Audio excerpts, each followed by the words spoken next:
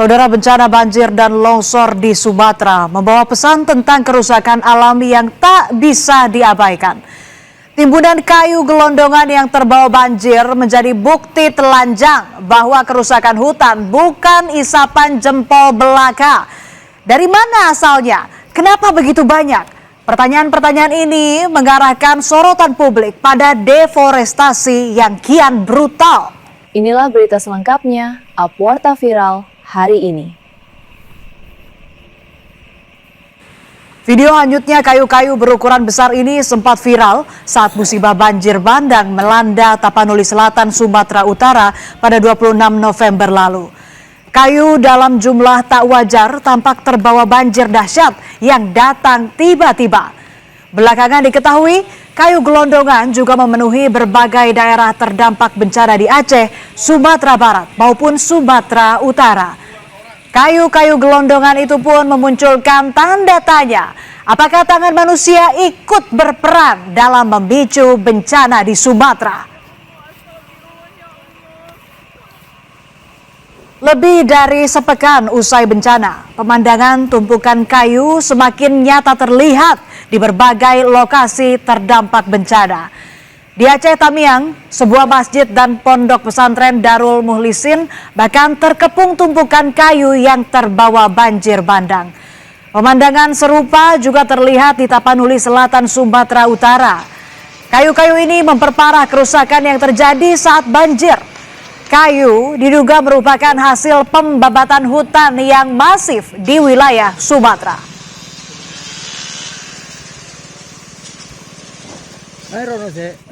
Asal-usul kayu gelondongan yang terbawa banjir dan longsor di Sumatera kini mulai diusut pemerintah. Pemerintah menyebut bencana di Sumatera bukan semata akibat cuaca ekstrim, melainkan ada faktor kerusakan lingkungan. Ada indikasi pelanggaran terkait lingkungan di balik bencana dahsyat yang memporak-porandakan Sumatera. Warta Viral dan Mulyono melaporkan langsung dari lokasi tempat kejadian hari ini. Memperlihatkan masifnya kayu gelondongan di aliran sungai Anggoli Garoga, Tapanuli Tengah. Aliran sungai bahkan terhenti akibat tertutup kayu. Saat ini saya berada di Anggoli, Tapanuli Tengah, Sumatera Utara. Di belakang saya adalah Sungai Anggoli yang menghubungkan aliran air dari Anggoli menuju Hutaraja. Dan saya akan menunjukkan kepada Anda bagaimana visual yang ada di belakang saya. Di mana ini adalah visual gelondongan kayu yang cukup banyak dan viral di media sosial. Ini juga merusakkan akses jembatan, khususnya jembatan Anggoli yang menghubungkan konektivitas dari Tapteng menuju ke Tapsel. Persis di samping saya ini adalah Desa Garoga yang memiliki dampak kerusakan sama, itu adalah yang gelondongan kayu.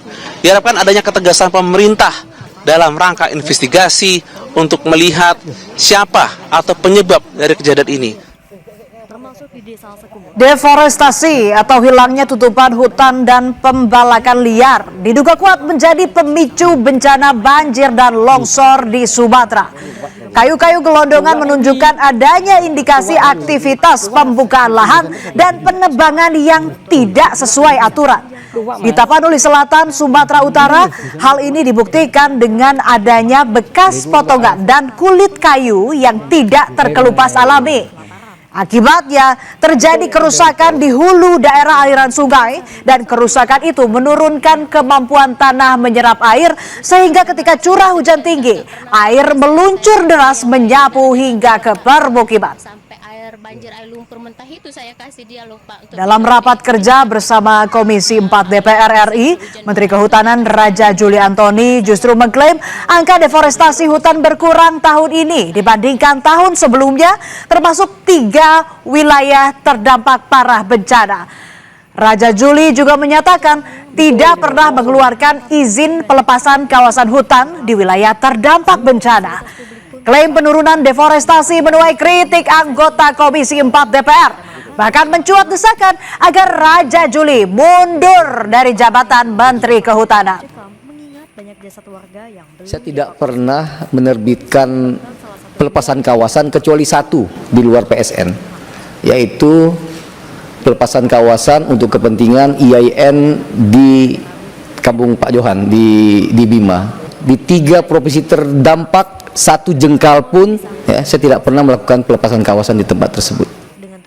Inilah tanggung jawab Pak Menteri. Pak Menteri tidak boleh lempar ke yang terdahulu. Sehingga saya saran Pak Menteri, kalau Pak Menteri nggak mampu mundur aja Pak Menteri. Pak Menteri nggak paham tentang kehutanan.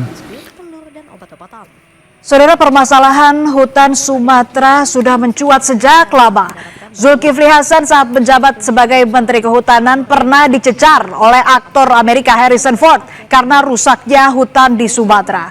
Tepatnya ketika video wawancara Zulhas dengan aktor Hollywood Harrison Ford tentang kondisi hutan di Taman Nasional Tesonilo Riau pada 2013. Tadi saya sudah jelaskan, ini bukan Amerika, memang berbeda. Kami baru mengalami apa yang disebut dengan reformasi. Ya, baru ini. Sekarang orang baru bebas.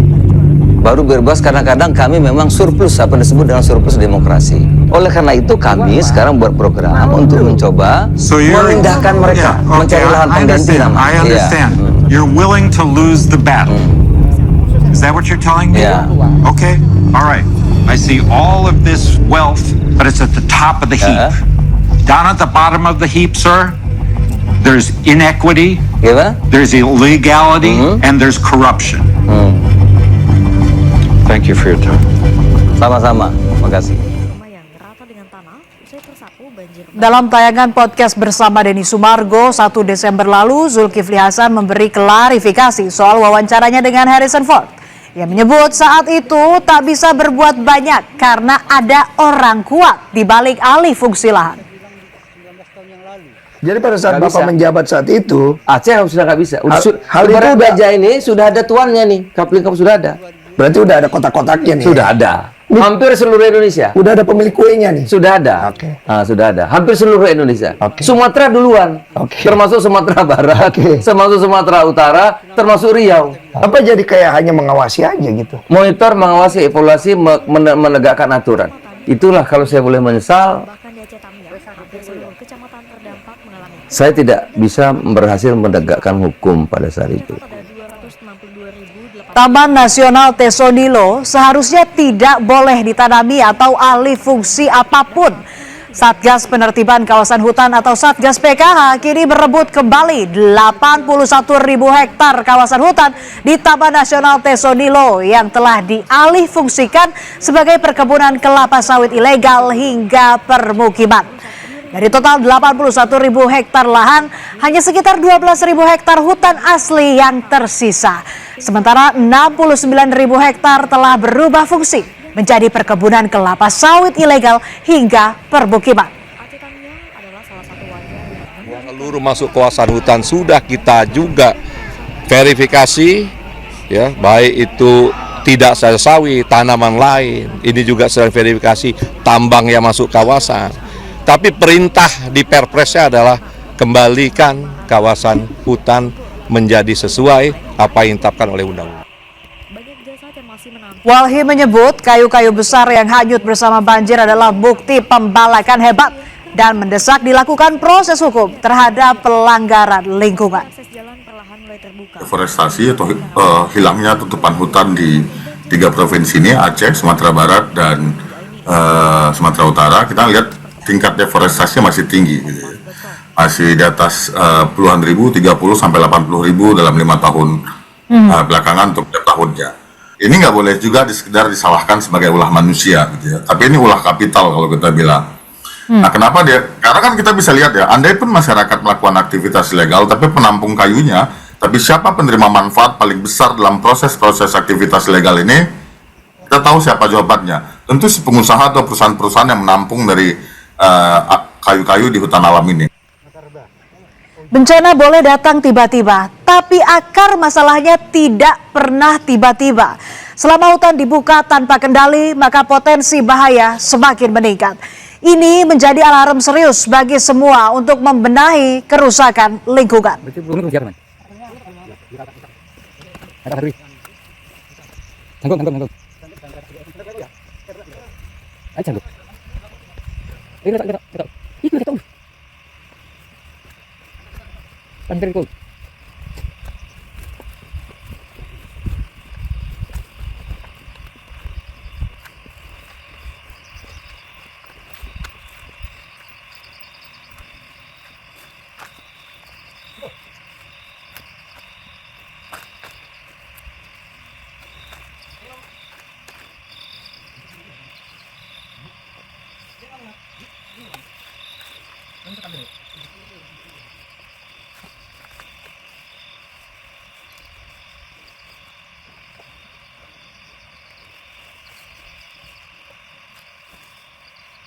Umat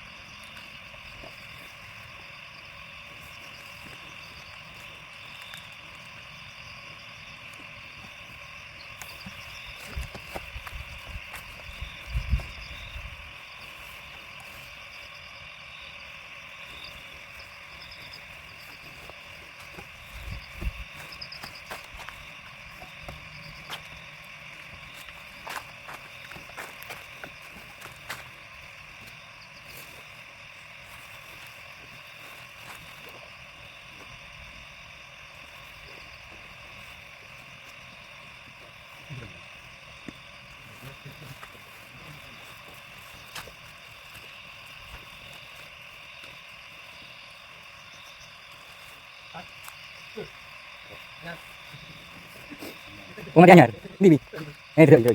Biasanya lagi tangan tahu. Hah? Sing jero. Marab buka. Nabi buka. Duh, sono apa?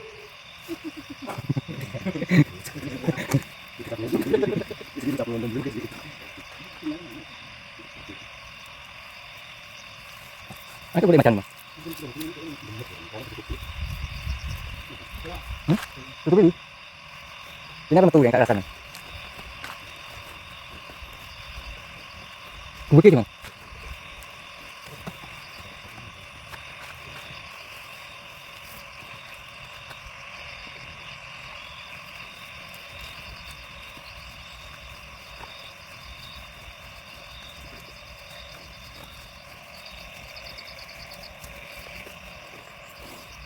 Sarung nggak di sarung nih?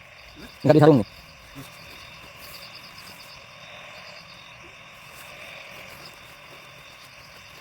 Oke, set.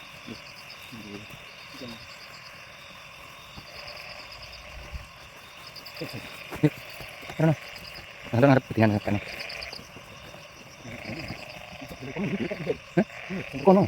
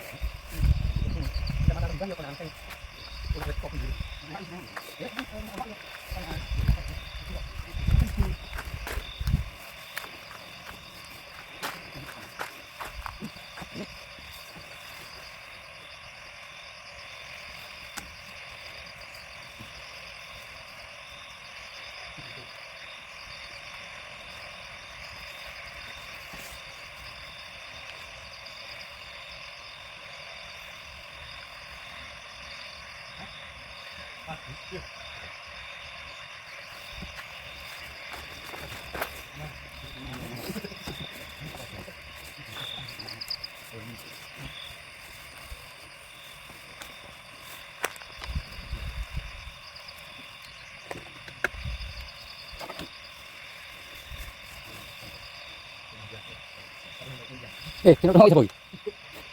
Ini boleh nabi. Nabi. Yang nyata gini. Kena hantar.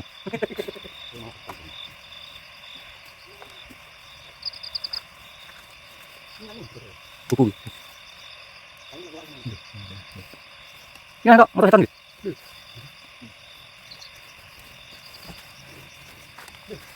Nanti deh. Nunggu mati kok jadi patri.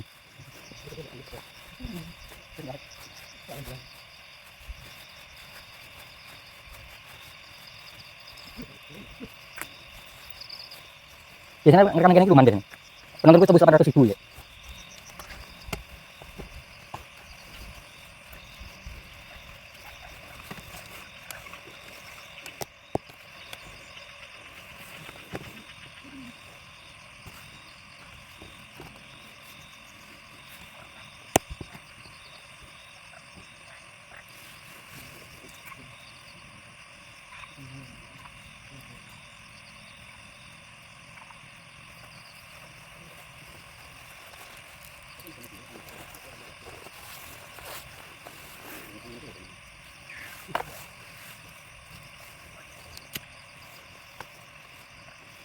Jadi ceritanya ini begini, ini sama cerita.